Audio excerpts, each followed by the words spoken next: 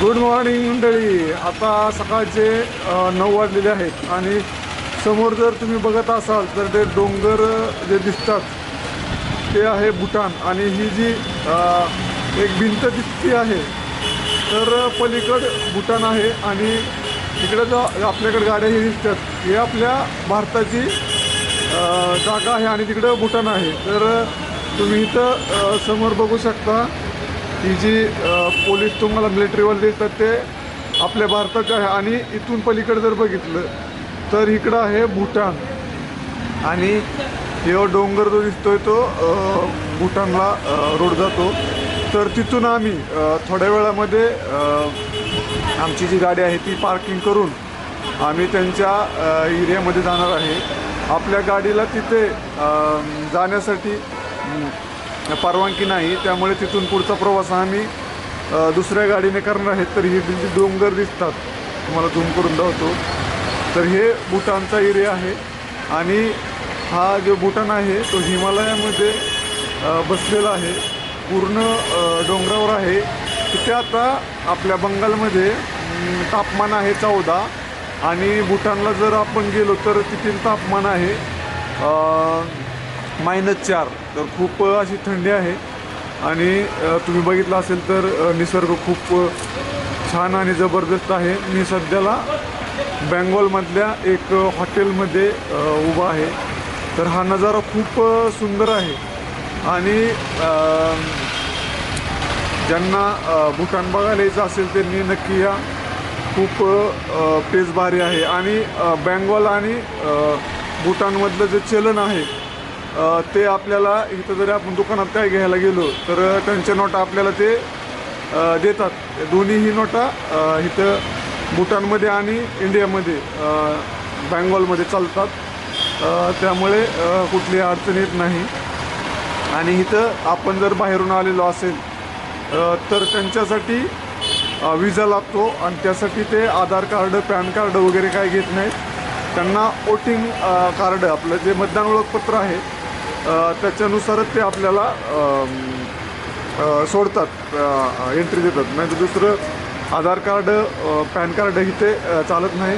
तुम्हाला जर फिरायचं असेल तर तुम्ही मतदान ओळखपत्रच तुम्हाला घेऊन यावे लागते आणि तिथून तुम्हाला गेट पास म्हणजे विजा आपल्याला आपण म्हणतो तो विजा दिला जातो. आणि असेच हे बघा आपले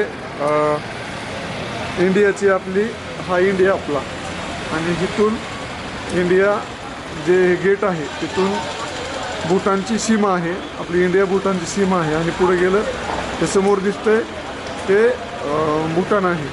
तर आम्ही आता थोड्या वेळात हॉटेलमधून, जे आमचं हॉटेल आहे त्या हॉटेलमध्ये आम्ही निघून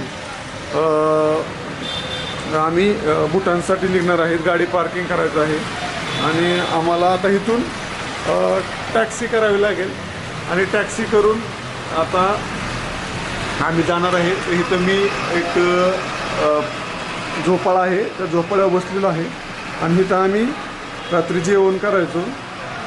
आणि इथून समोरचा जे वातावरण आहे ते खूप छान वाटतं बघायला. आणि खरंच माणसाने भूटान ह्या देशामध्ये फिरायला जावं, कारण तिथं आपले लोकसुद्धा 22% हिंदू भूटानमध्ये राहतात आणि त्यांची आणि आपली जी मैत्री आहे देशाची दोन्ही खूप छान मैत्री आहे. आणि बघा हे भूटान किती सुंदर दिसतंय. आता इथं पुढील तुम्हाला सगळ्या व्हिडिओमध्ये मी नक्की दावेल तिथं माणसे कशी राहतात, तिथली घरे कशी असतात, तिथलं वातावरण कसं असतं. आत्ता थंडीमध्ये कुठल्या गोष्टी तिथं पाळावं लागतात. तर अशा खूप गोष्टी आहेत आणि इथं बघितलं तर आपल्याकडे रोजगार खूप आहे. तिकडे बंगालकडे रोजगार खूप कमी आहे, कारण व्यवसायामध्ये सुद्धा आम्ही बघितले तर एवढं हॉटेल वगैरे आपल्या महाराष्ट्रात जसे हॉटेल चालतात तसे हॉटेल इकडे चालत नाही. तर खूप एक्साइटमेंटसुद्धा आहे की दुसऱ्या देशामध्ये जाण्यासाठी, कारण ही माझी देश सोडून जाण्याची पहिली ट्रिप आहे आणि लोकेशनसुद्धा आम्ही खूप छान बघणार आहेत. तर आमचे खूप असे फिल्मच्या बाबतीत प्लॅन आहेत, तसे ते प्लॅन आम्ही वेळ आल्यावर आम्ही करणार आहे. आणि खूप असं भारी वाटलं आणि बंगालमध्ये आल्यानंतर खूप इथल्या माणसांसुद्धा प्रेम मिळालं आणि खूप मजा देखील आली. तर मित्रांनो